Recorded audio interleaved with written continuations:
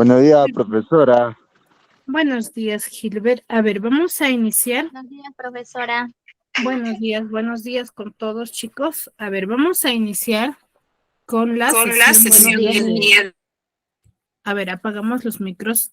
A ver, para poder iniciar, sí, recordarles que hay que participar durante la sesión, ¿sí? Si alguna pregunta no conocen, no entienden, les pediría que por favor me la hagan saber, ¿sí? Yo, por ejemplo, y yo les consulto, por ejemplo, no sé, de alguna parte de lo que yo estoy explicando, por favor, si no saben, no quedarse callados, sino decirme, no entiendo y bueno, yo los explico, ¿sí? Pero no quedarse callado, retirarse de la sesión cuando yo les estoy preguntando algo, ¿ya?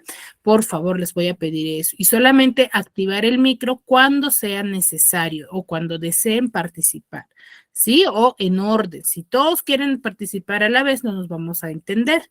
Sí, les voy a pedir nada más ello. Recuerden que para ser registrados en la asistencia, ustedes se tomen en cuenta la participación. Si yo consulto, por ejemplo, a Enger y no me responde, le llamo, no me responde, automáticamente yo le coloco como falta y como que nunca estuvo en clases, ¿ya? Recuerden que tienen una nota respecto a la participación de las clases virtuales. ¿Ya, chicos? ¿Quedamos en eso? Sí, Miss. Muy bien. Ya, en base a lo profesora. explicado, espero lo puedan cumplir. Si tienen inconvenientes con la red, también me la hacen saber. Ya, puede ser el mío o quizás puede ser el de ustedes, pero me lo manifiestan. Ya, puede ser que yo esté hable y nadie me esté escuchando. ¿Ya? Sí, respetando estas normas, por favor, vamos a iniciar con la sesión del día de hoy. Enger, ¿deseas participar? ¿O se presionó? Profesora, sí, profesora, ¿me escucha? Sí, te escucho. Dime, ¿en qué te puedo ayudar? Sí, profesora, profesora, que tenga en cuenta que nosotros estamos en la parte sierra, casi en el cerro, y la señal va y viene, va y viene. Vaya a ser que nos, sí, vaya a ser que nos llame y no estemos justo en esa hora. Ya, no te preocupes, pero cuando les llame, por favor, si me logran escuchar, me responden, ¿sí? Eso es lo único que yo les voy a pedir.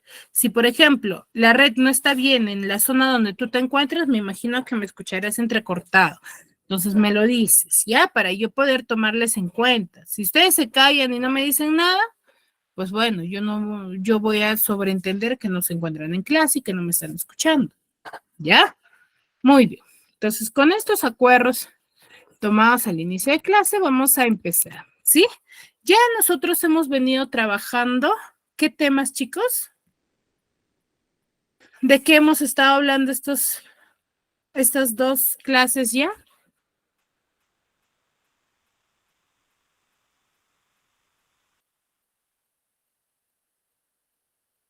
Del clasicismo y del teatro griego. Ya, exacto. Hemos estado hablando sobre la literatura, ¿cierto? ¿Pero qué tipo de literatura? ¿Literatura peruana? Literatura griega. La literatura griega. Parte de eso está la literatura griega. Hemos estado hablando sobre la literatura universal, ¿ya? Literatura universal. ¿Por qué llamamos literatura universal, chicos? ¿Quién me lo manifiesta? Al inicio, el primer día de clases se les manifestó. ¿Por qué hablamos o por qué decimos que es literatura universal? Porque se trata de todo tipo de literatura. Exacto. No necesariamente que hacemos referencia a todo tipo de literatura, sino que nosotros, cuando hablamos de literatura universal, va a englobar, ¿sí? A través, o mejor dicho, el universo, se podría coloquial, ¿cierto? Que vamos a tratar diferentes tipos de corrientes literarias que van a tener su repercusión a nivel mundial. Se van a estudiar en los países, ¿ya?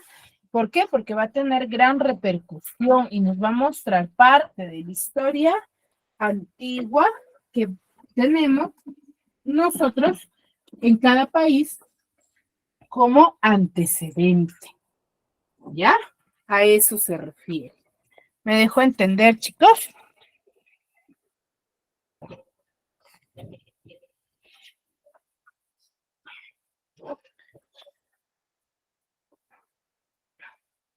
¿Sí? ¿Me dejé entender ahí, chicos? Sí, profesora, gracias. Muy bien. Entonces, hemos estado hablando de la literatura universal, ¿cierto? Ahora, dentro de la literatura universal, la primera corriente literaria, ¿cómo la denominamos? Ahí ya estaba escuchando algunas ideas.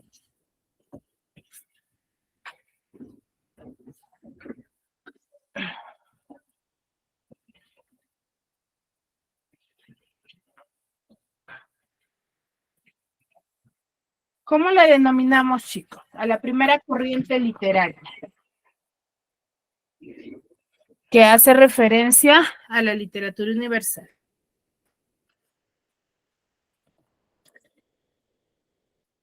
¿Quién recuerda? Ahí me han estado mencionando al inicio ustedes. La literatura griega, creo, profesora. Literatura griega. ¿Ya? La primera corriente literaria, ¿sí? Es el clasicismo, ¿cierto? La literatura clásica. Y dentro de la literatura clásica vamos a encontrar a quién? A la literatura griega, ¿ya? Que nos va a hablar de qué, chicos.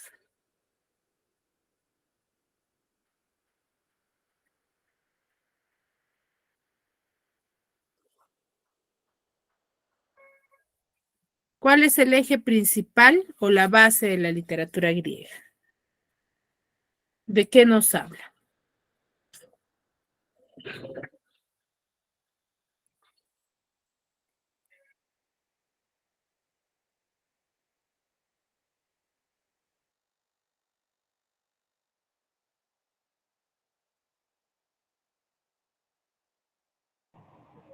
Pues disculpe que la interrumpa.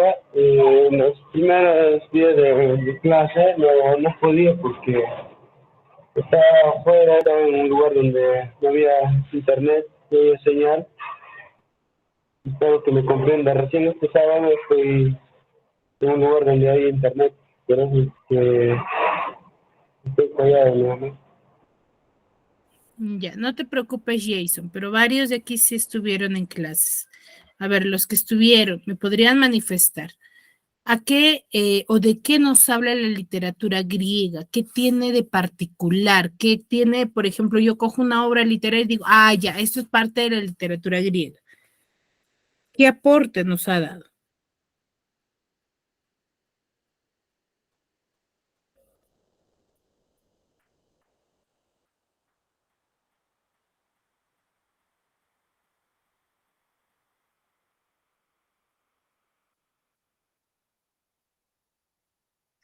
Profesora, nos ha hablado, creo, de las costumbres, la religión y las clases de los aristócratas.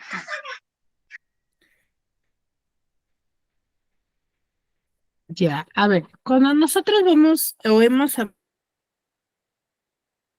nos hemos ido a dos vertientes, ¿cierto? Hemos hablado de dos vertientes. Vertiente occidental y vertiente Oriental. Oriental. oriental, en el cual una de las vertientes es el que ha tenido mayor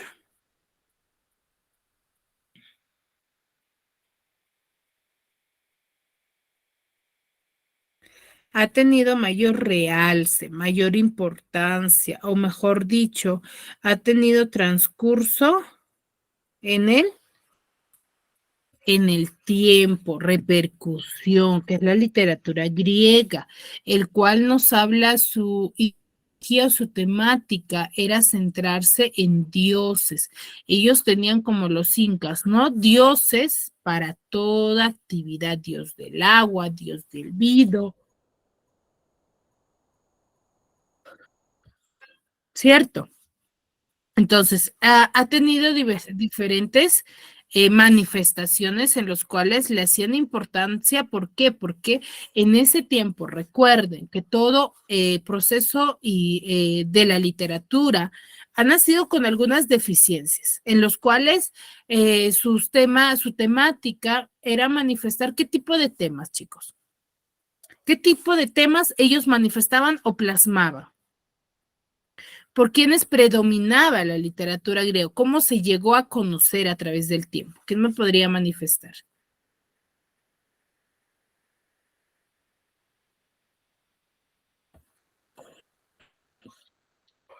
¿Cómo se llega a manifestar las ideas de ese tiempo, chicos?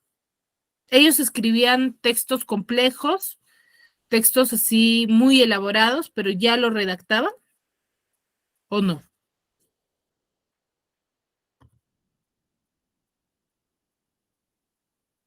¿Quién me podría manifestar? Aún no, profesora.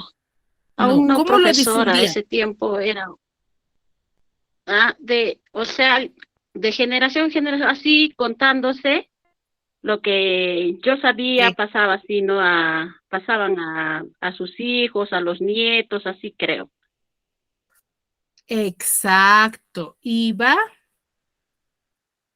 de pueblo en pueblo. Las ideas o la literatura en ese tiempo se difundía con los aedos y rapsodas, ¿cierto? Que eran las personas encargadas de manifestar su cultura, porque ellos no manifestaban historias, ¿no? Vivencias sociales como en la actualidad se conoce, sino que ellos manifestaban hechos históricos que sucedían en su época, ¿cierto? Las guerras, por ejemplo, los guerreros que ganaban, ¿cierto? Entonces, ellos iban manifestando, dando a conocer al pueblo, porque en ese tiempo no había imprenta, no había, por ejemplo, el internet que agarraban y publicaban, bueno, esto sucedió en tal lugar, ¿cierto? Ellos iban difundiendo de pueblo en pueblo. Quienes se encargaban eran los aedos y rapsodos. Y ahí han nacido los libros épicos, ¿no? Con uno de los grandes exponentes que es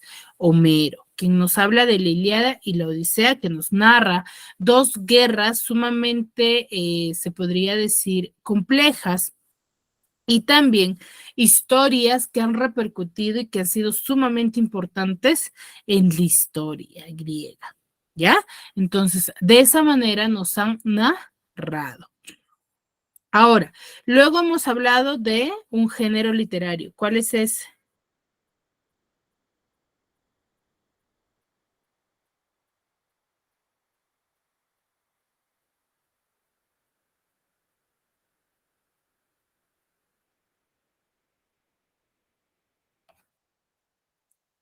¿Cuál es el siguiente? En un inicio hablamos de narrativa, chicos.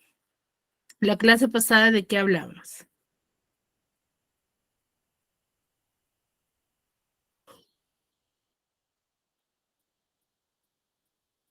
¿Nadie?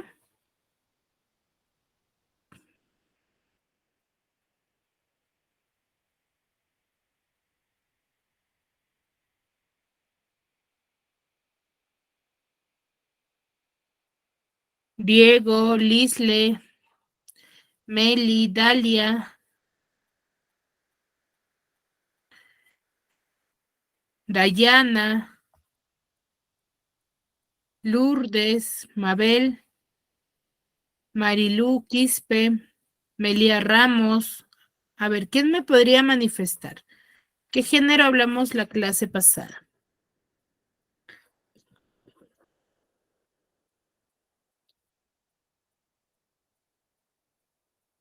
Profesora, fue el teatro Dime. griego y el culto al dios Dionisio. Exacto. Hablamos sobre el teatro griego, el cual se desarrolló en un inicio como culto a quién? Al Dios Dios, Dionisio. Dios Dionisio. ¿Quién era el dios de qué?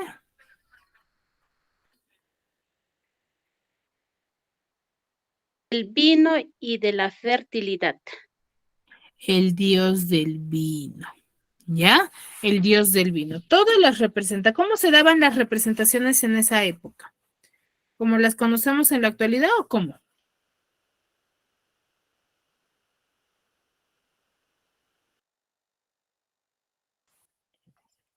¿Cómo eran sus representaciones?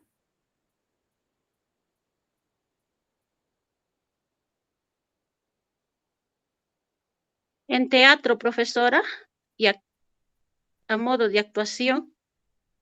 ¿Se desarrollaba de esa manera?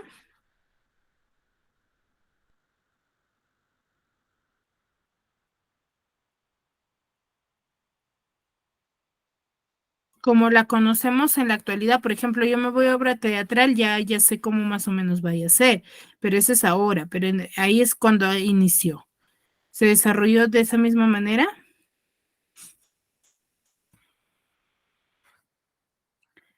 ¿O qué deficiencias tenía?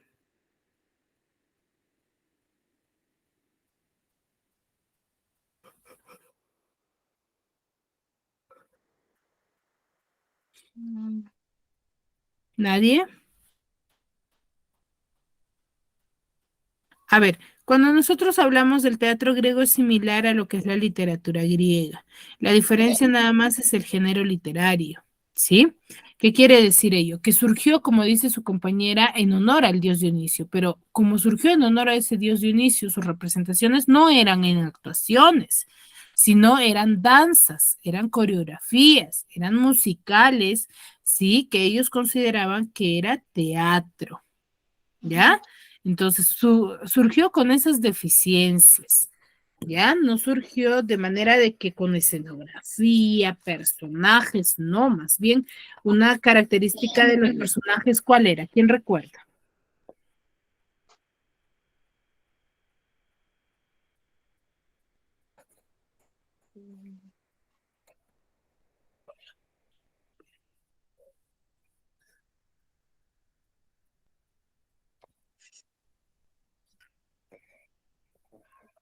¿Nadie, chicos? ¿No estuvieron atentos o es que no recuerdan?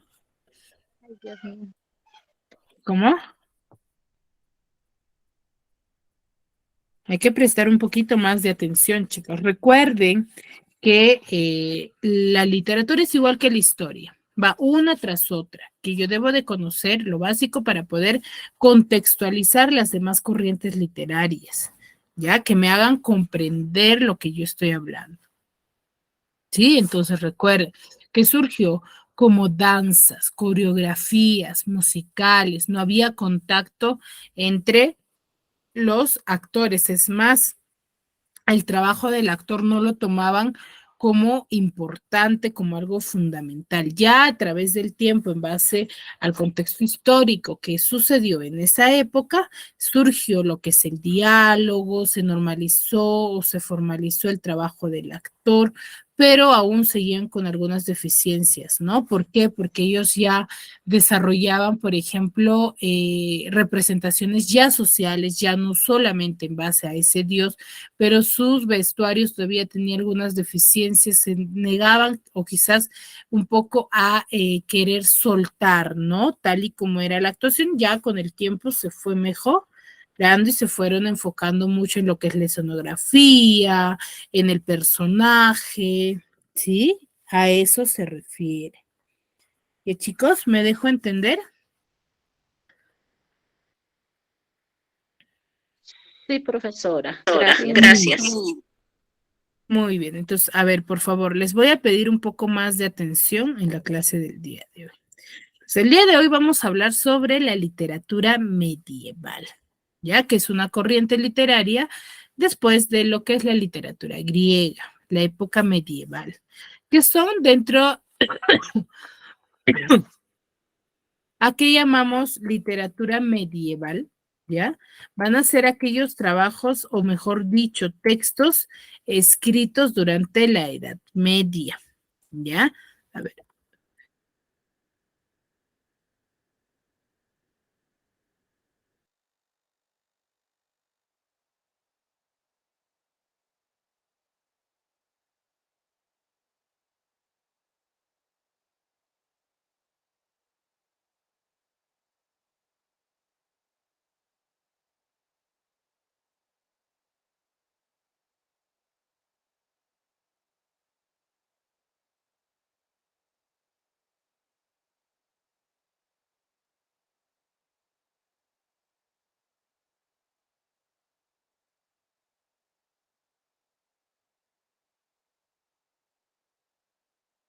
A ver, seguimos. Entonces, nosotros vamos a hablar de estos escritos medievales, ¿no? Durante la Edad Media, que se va a localizar desde la caída del Imperio Romano de Occidente hasta inicios del Renacimiento, que ya va a ser el mejoramiento, ¿no? La evolución de otra corriente literaria. Recuerden que cada movimiento literario va a ir evolucionando a través del tiempo y con las demás, ¿no? Van a ir mejorando como todo en sí, ¿no?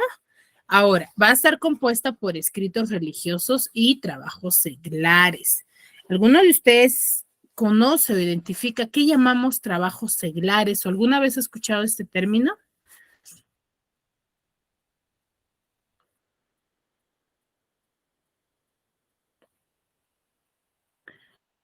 ¿Nadie? Chicos, les dije que si no sabían me respondan y me digan, Miss, no sé, no entiendo, pero no quedarse callados, por favor.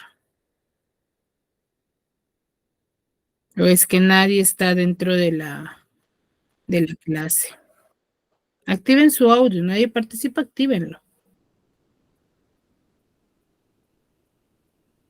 Bueno, me parece que nadie. A ver, les No, decía, profesora, por favor, va a estar explíqueme. compuesta por escritos religiosos y trabajos seglares. ¿Qué quiere decir? Escritos basados en dioses, ¿ya? Y trabajos seglares son trabajos elaborados por las personas que no creían, que no adoraban a ningún dios, ¿ya? Entonces había dos formatos de escritura. Ahora, ese sentimiento religioso, o mejor dicho, pensamiento religioso que van a tener dentro de la literatura medieval va a estar muy arraigado, ¿sí? Y la guerra se va a vivir como un hecho casi cotidiano. Y eso lo vemos desde la literatura griega, ¿no? Que hemos visto que las guerras en esa época era algo normal, o mejor dicho, lo normalizaban, ¿no? Para ellos era la vivencia de todos los días. Si alguien les comentaba o les decía respecto a la guerra, o no se escandalizaban o no se desesperaban. ¿Por qué? Porque ya era algo común, algo que ellos lo vivían día a día, es como nosotros, ¿no? Si alguien nos habla lo de la corrupción, es algo cotidiano, es algo que nosotros lo vamos a seguir viendo, ¿sí? Día a día. Entonces, para nosotros no es sorprendente, lo mismo sucedía con ellos, pero a diferencia de que en ellos había guerras, ¿no? Que era todos los días, ¿ya? Entonces, eso es uno de los temas también muy importantes dentro de la literatura medieval.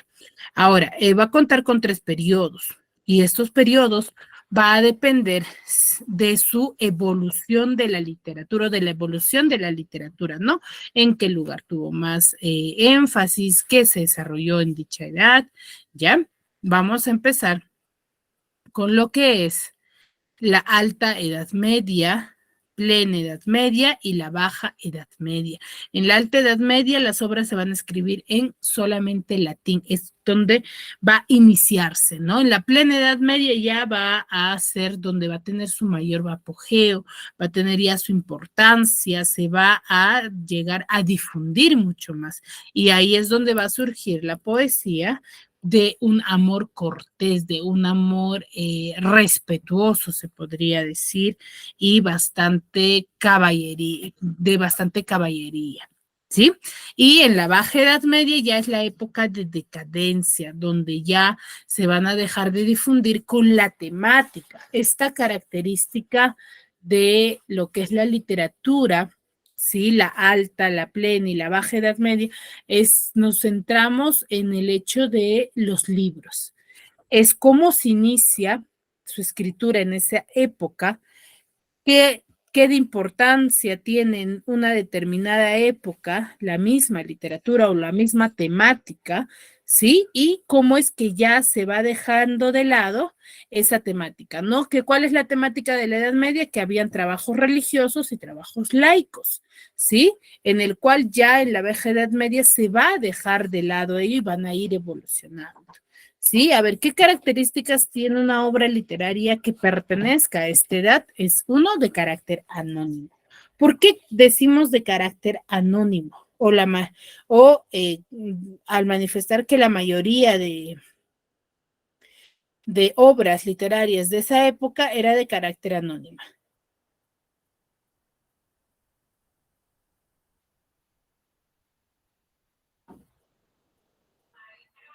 Porque no se sabía quién No se enviaba. sabía quién era el autor. No se conocía el autor, porque hasta ese momento seguían difundiéndose a través de los aedos y rap. Entonces no se determinaba con exactitud quién era o quién había creado esa historia. ¿Ya? ¿Me dejo entender? Sí, Miss. ¿Ya? Entonces a eso se refiere. Entonces era de carácter anónimo. Segundo, era una obra oral por el mismo tema, ¿no? De que era difundido, no que tenían una imprenta y ya lo publicaban y lo republicaban en diferentes lugares, no, sus historias eran narradas de manera oral, de pueblo en pueblo, pasaba de voz en voz, ¿sí? Y era de carácter culto, su obra era escrita en verso como poemas. Es didáctica y muy moralizante, también por su misma temática, ¿no? Porque eran escritos religiosos, se basaban mucho en la moral del ser humano, ¿sí? Tenía una cierta imitación en cuanto a la literatura griega, ¿sí? Y vamos a tener dos formatos de escritura, ¿no? Escritos religiosos basados en dioses, en algunas manifestaciones divinas, ¿sí? Dentro de la obra o de la historia narrada en ese tiempo, y escritos laicos, ¿no? De personas que no creían en ningún dios, ¿sí? Dentro de los representantes vamos a tener a en diferentes países también, ¿sí? Que se va a desarrollar. Claro está que la literatura medieval se desarrolla en una época y en esa época en diferentes lugares van a aparecer escritores, van a aparecer historias que van a formar parte de la literatura medieval. Pero como yo me doy cuenta que forman parte por las características, ¿no? Que van a contar estas mismas características que yo les estoy manifestando, va a tener su obra literaria, ¿ya? Y por eso nosotros lo adecuamos y lo manifestamos dentro de qué corriente vaya a pertenecer. Por ejemplo, en Francia tenemos a la obra La canción de Rolando, que es anónima. En Alemania tenemos a la canción de los Nibelungos, que también es anónima. En Inglaterra, los cuentos de Canterbury, de Geoffrey Chaucer. En Italia, Dante Alighieri, Boccaccio, Petrarca. En Italia es donde se va a desarrollar con mayor interés e importancia la literatura medieval. Y en España tenemos el Cantar del Mío Cid y la Celestina de Fernando de Rojas. Sí, la mayoría de estas obras nos van a narrar hechos relacionados con guerra, ya con caballeros que abusaban mucho de las quizás mujeres y también de la sociedad. Era una sociedad bastante machista, ¿no? Porque se engrandecía la labor de los hombres que pertenecían en estas guerras, ¿no? Entonces se tenía un gran respeto a ellos, ¿ya? Y dentro de la literatura medieval vamos a tener a la literatura italiana. Como les decía, ¿por qué hablamos de la literatura italiana? Porque es el lugar donde va a tener mayor apogeo, mayor realce, sí, su temática, o mejor dicho, mayor difusión, sí, que se va a llegar a conocer gracias a ellos, se podría decir, ¿no? Ahora, ¿qué características va a tener? Una que nace en Florencia, ¿sí? Florencia es uno de los lugares de Italia en el cual se le va a denominar como la cuna de la literatura italiana, ¿ya? Donde surge, mejor dicho, donde salen de ahí los escritores. Y va a surgir un grupo llamado el Deutsch Stil Nuevo, ¿sí? Que es una obra, o mejor dicho, claro, teatral, que nos va a dar característica como un estilo nuevo de esa época, ¿no? En el cual va a mezclar lo que es la filosofía, la religión, la moral y los conocimientos filosóficos, ¿no? En sí ya va a haber un poco más de avance en el que la filosofía o las diferentes formas de pensar van a formar parte de esta época. ¿Ya? Y estas ideas lo van a plasmar dentro de sus obras literarias. Ahora, la fuente de inspiración, ¿quién va a ser? Recuerden que para todo escritor, para redactar una historia, siempre tienen alguien quien les inspira, ¿no? Como vemos en la actualidad, por ejemplo, hay diferentes obras literarias en las cuales se inspiran en quizás su vivencia, algo que les haya marcado en la vida, ¿sí? A eso se refiere. Entonces, en esa época, ¿quién era la inspiración o en base a quién hacían sus historias? Era la mujer, ¿sí? Era un ente superior que para ellos era considerado como divina, ¿no? Y que en base a ella realizaban sus acciones, ¿sí? Uno de los grandes representantes de la literatura medieval italiana, vamos a tener a Dante Alighieri. ¿Alguna vez han escuchado de este escritor? ¿Conocen algo?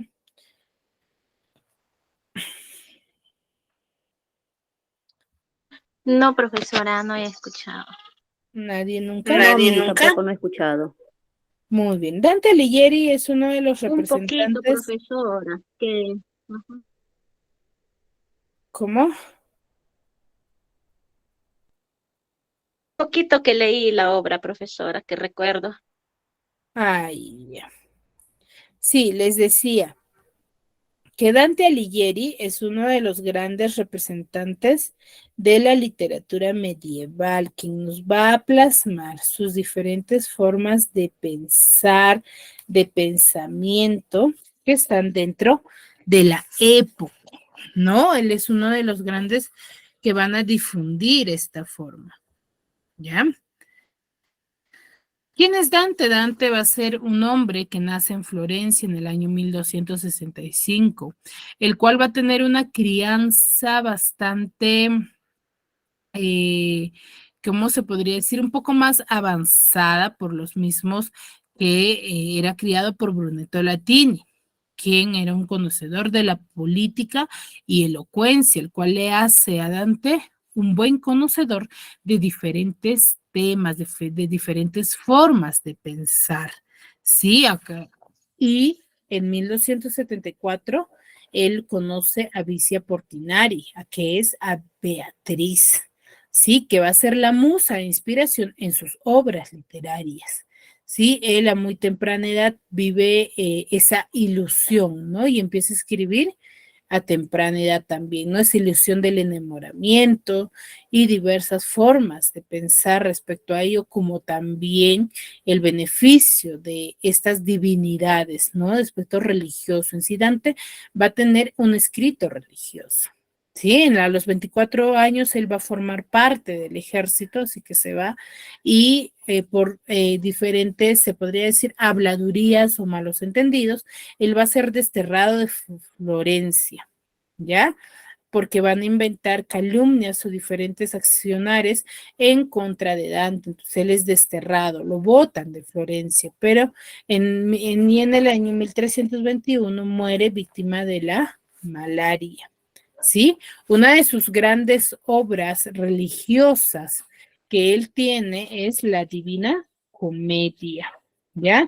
Que es una obra netamente religiosa que se va a basar mucho en lo que son los pecados, o mejor dicho, cómo es que las divinidades castigan y representan a los diferentes pecados que nosotros cometemos en la vida terrenal, en el cual para Dante va a ser una salvación el hecho de encontrarse con Beatriz, ¿no? Que es donde él quiere llegar, y Beatriz que se va a encontrar en el cielo va a ser su salvación ante el alma, pero para que él llegue al cielo va a tener que pasar por diferentes obstáculos y tener que enfrentarlos y subsanarlos, ¿no? Dentro de los personajes principales vamos a tener a Dante, a Virgilio y a Beatriz. Dante, que es el personaje principal de la historia, ¿sí? Virgilio, que es un poeta romano al cual Dante admiraba mucho y es la persona quien le va a guiar, ¿no? En todas sus accionares dentro de la historia. Sí, Virgilio es como si fuese su pensamiento, se podría decir, ¿no? Y le ayudaba a elegir a ello. Y Beatriz es la mujer, es aquella musa, inspiración de Dante, que en el cual Dante está enamorado eternamente, ¿no? Y muestra dentro de la obra literaria como la salvación de su alma, ¿sí? Luego tenemos a Cerbero, a Minos, a Siaco, que son ya las diferentes divinidades que van a aparecer dentro de la historia y que cada uno de ellos va a representar quizás un castigo, un pecado. Por ejemplo, Cerbero es un perro de 3 cabezas, el cual va a representar lo que es la codicia, la lujuria y la ira, que van a ser parte de esta historia, ¿no? Minos, que es un animal, sí, que con las vueltas de su cola consignaba el castigo del círculo, ¿no? Cómo es que ellos los enfrentaban. Y Siaco, que es un castigo en el tercer círculo por la gula, ¿no? Por demasiado comer. ¿Sí? Y este es el formato, ¿no? Mejor dicho, de cómo es narrada la historia de la Divina Comedia. ¿Sí? La Divina Comedia es una obra sumamente compleja, quizás difícil de entender, porque se va a separar en 3 círculos. Ya la parte inferior se va a representar como el infierno, la parte media como el purgatorio y al final al paraíso. Sí, es una obra bastante compleja, donde el infierno va a contar con 9 círculos. El purgatorio va con 7 cornisas y al llegar al paraíso terrenal. Y el paraíso con 10 cielos, que cada uno de ellos va a estar representado con los planetas, ¿ya? Dentro del infierno es donde se va a iniciar la historia, en el cual inicia Dante con un sueño que se encuentra en una selva oscura, en el cual se va a ver amenazado con estas 3 fieras, ¿no? Que son la loba, el león y la pantera, ¿sí? En el cual él no sabe qué hacer. Es en el cual donde va a aparecer Virgilio para ayudarlo a pasar, ¿sí? ¿Por quién es enviado Virgilio? Virgilio es enviado por Beatriz, ¿ya? Para que lo ayude a afrontar las diferentes dificultades y le ayude a tomar la decisión correcta más que todo, ¿no? Entonces ya una vez que está con Dante, va a empezar por el primer pecado, ¿no? Donde va a ser el primer círculo, donde se van a encontrar los que no han sido bautizados o los que no se han bautizado, ¿ya? Aquí vamos a encontrar diferentes también autores como Horacio, Ovidio, Diógenes, Anaxo, tales, ¿no? En donde encontramos a los que no se han bautizado. En el círculo número 2 ya vamos a encontrar a Minos, ¿no? Quien va a juzgar a las diferentes almas a dónde deberían de ir, ¿no? Estas si van a ser azotados por terribles vientos, en el cual van a ser los lujuriosos, ¿no? De esta manera van a ser castigados los lujuriosos, ¿ya? En el círculo número 3 ya encontramos a Cancerbero, quien va a representar el pecado de la gula, ¿ya? Luego tenemos el círculo número 4, ¿sí?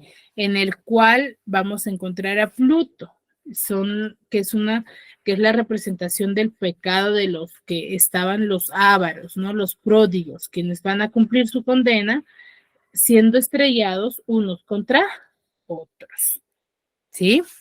Y en el círculo número 5 vamos a encontrar ya un lago, ¿Quiénes van a estar dentro de este lago? Pero no es un lago cualquiera, ¿no? Es un lago petrificado, oloroso, ¿ya? En el cual vamos a encontrar aquellos que sufrieron o pecaron de ira, ¿ya? Pecaron de ira. En el círculo número 6 del purgatorio vamos a igual encontrar ya en el lago fétido, ya sumamente más asqueroso, en el cual van a llegar Dait, ¿no? En las que se van a encontrar los diferentes monstruos, como es la etnia, las gorgonas y otros demás, ¿no? En el cual van a sufrir sulpicio dentro de sepulcros ardientes, quienes los herejes, ¿ya? En el círculo número 7, ¿sí? Van a encontrarse aquellos pecadores que cometieron diferentes tipos de violencia. En el círculo número 8, ¿sí? A través de ya atravesar estos infiernos, ríos infernales, ¿sí? De lava, de fuego, ¿sí? A través del paso de la cascada se va a llegar a un profundo pozo, en el cual vamos a encontrar, ¿sí? A los que han engañado, a los infieles, se podría decir, ¿no? Y en el círculo número 9 vamos a encontrar un pozo de los gigantes, en el cual padecen los traidores, ¿no? Compartidos según el tipo de delito que hayan cometido, ¿ya? Ahora, en ese vértice, en ese lapso, ya culminando los 9 círculos del infierno, vamos a encontrar a Lucifer, ¿sí? Que va a estar representado por una gigante cabeza de 3 caras, que va a estar sumergido en hielo hasta la cintura. Con cada una de sus bocas, él va a devorar. Sí, entonces no se podían acercar. ¿Por qué? Porque Lucifer está devorando a quienes, a los grandes pecadores de la época, que es Judas Iscariotes, Bruto y Casio. Sí, y luego tenemos ya el purgatorio, ¿no? Que ya son los pecados, se podría decir, más no tan graves ya, ¿no? Aquí vamos a encontrar a los que se dejaron llevar por la soberbia, a los envidiosos, a los iracundos, a los indolentes, ¿sí? Acá también vamos a tener a los ávaros, ¿sí? A los glotones, ¿sí? Y los lujuriosos también, ¿no? Ya que tenían un castigo quizás leve, se podría decir, ¿no? Entonces, tras esos 2 viajes que tiene por el infierno y por el purgatorio acompañado de Virgilio, sí, va a despedirse al finalizar el purgatorio, ¿no? Donde Virgilio se despide y se incorpora al paraíso terrenal, en el cual se va a Dante sorprender bastante, o mucho se podría decir, por la belleza de esto, ¿no? Pero más aún cuando aparece Beatriz para acompañarle, ¿no? Entonces, ella le ayuda a encaminar su vida. Entonces, el poeta, él va a, mejor dicho, Dante va a ir acompañado de ahí en adelante por los cielos con Beatriz, ¿no? Que va a llegar al paraíso. En el paraíso vamos a encontrar, sí, a los diferentes tipos de ya pecados leves, ¿no? Pecados que se podría decir que no se consideraba como quizás demasiado grave, ¿no? Aquí va a estar separado por 10 cielos y cada cielo está representado por un planeta. Ya, por ejemplo, en el primero vamos a encontrar a los que no, o los que han quebrantado, ¿no? Los que han, ¿qué quiere decir? Traicionado los votos que realizaron, ¿no? Los votos religiosos de castidad. A los, por ejemplo, sacerdotes, ¿no? Quienes se encomendaron a cumplir con una labor haciendo votos de castidad. Entonces, los que ignoraron ello aquí se van a encontrar. Sí, luego vamos a tener en el número 2, vamos a encontrar aquellos que trabajan y lucharon por la gloria de Dios, ¿no? Es el lugar del descanso de los espíritus activos, ¿no? Los espíritus vivos ahí. En el cielo 3 vamos a encontrar aquellos los espíritus amantes que consiguieron dominar la pasión del amor, ¿no? Al que fueron inclinados, ¿sí? A ese amor carnal, sino espiritual, un amor hacia la humanidad, ¿sí? En el 4 ya vamos a encontrar aquí a los doctores de la ciencia divina, ¿no? En este lugar van a estar los 12 doctores, ¿no? Donde ellos, Santo Tomás de Aquino, el rey Salomón, las diferentes divinidades, ¿no?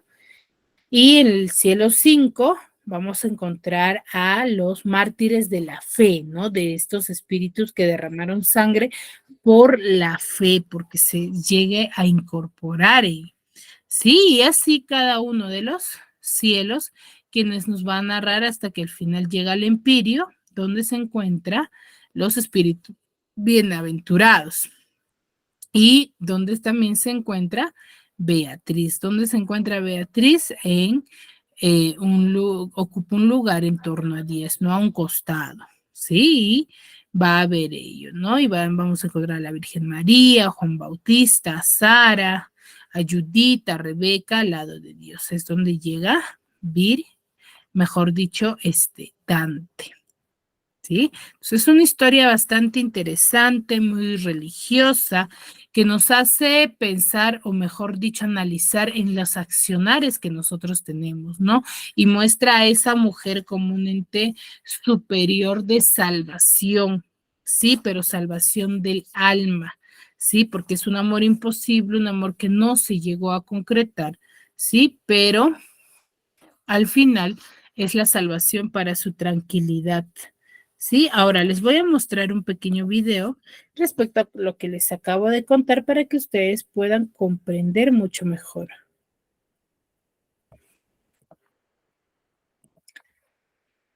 15 años se dedicó Dante Alighieri a escribir una obra a la cual denominaría comedia.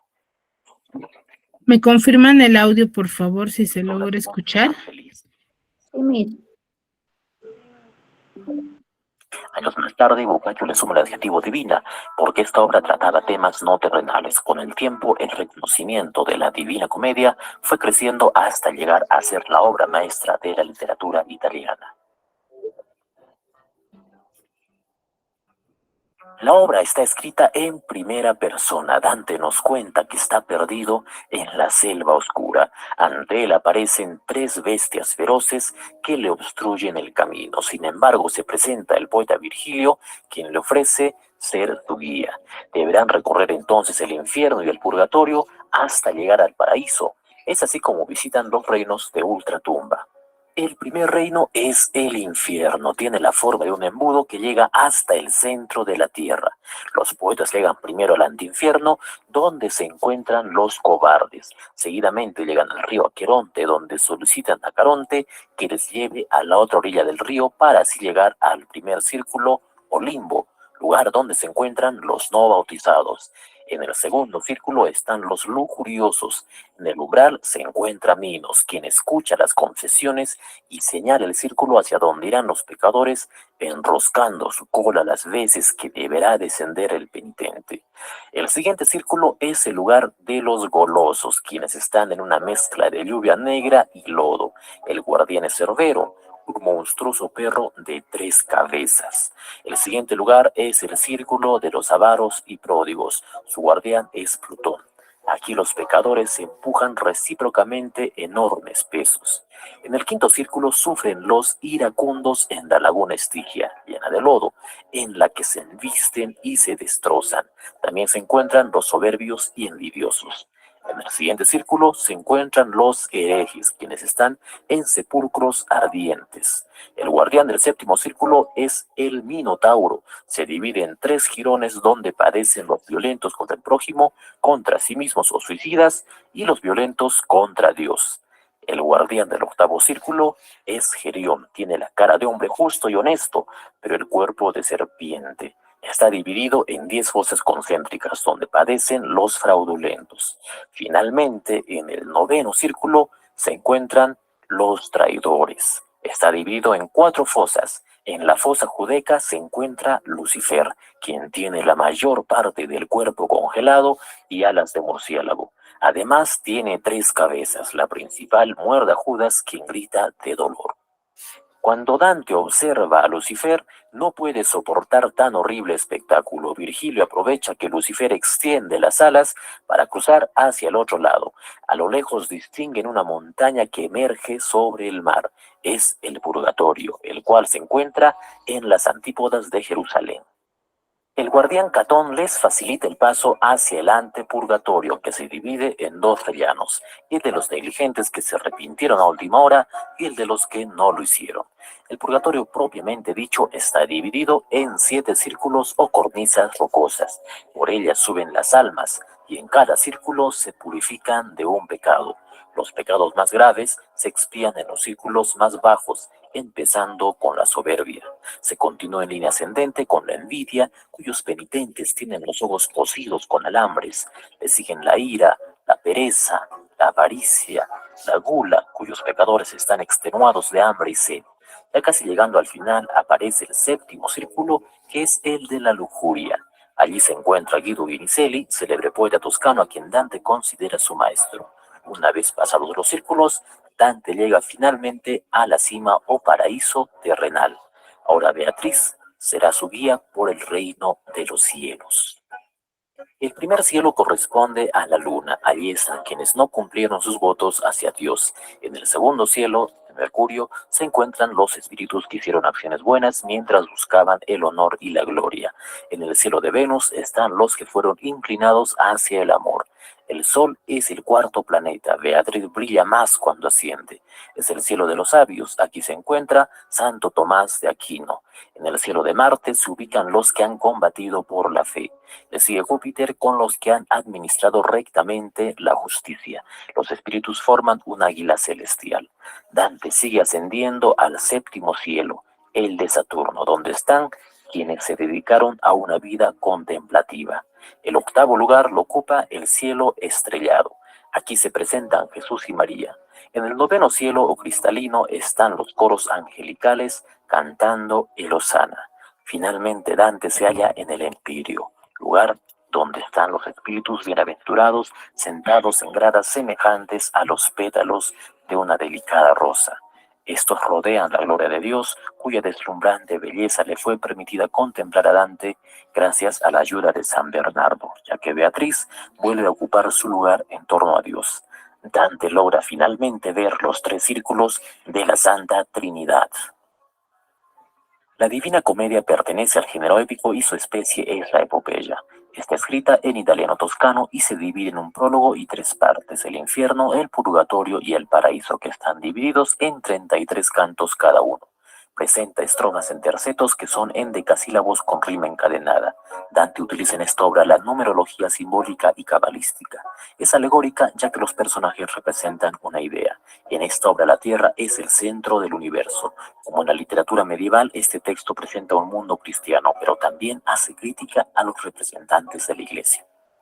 Dante Alighieri nace en Florencia en 1265. A los 9 años se enamoró de una niña llamada Beatriz, quien sería la inspiración de sus rimas y la Divina Comedia. A los 21 años Beatriz se casa con Simone de Bardi, pero fallece 4 años después. Es entonces cuando nace el germen de la Divina Comedia, pues Dante personifica a Beatriz como una pureza. Cultivó también el Dolce Stil Novo, que era un movimiento poético. Además perteneció a los güelfos, quienes luchaban contra los gibelinos. Por situaciones políticas es desterrado de Florencia y fallece en Rávena en 1321. Estas son sus obras. Gracias por ver este video. Puede suscribirse. Muy bien, entonces, ¿qué les pareció la historia, chicos? Interesante. Bastante y bonito. Sí, Estaba ¿verdad? muy interesante, profesora, y yo estaba más Muy bien, sí, es una historia sumamente interesante, más que todo porque narra, ¿no? Los diferentes pecados que nosotros quizás en esta vida cometemos y nos da a conocer estos castigos, ¿no? Y nos llama la atención ello. Entonces, esta obra pertenece a la literatura medieval y es de carácter religioso. ¿Alguna duda, alguna consulta hasta aquí, chicos?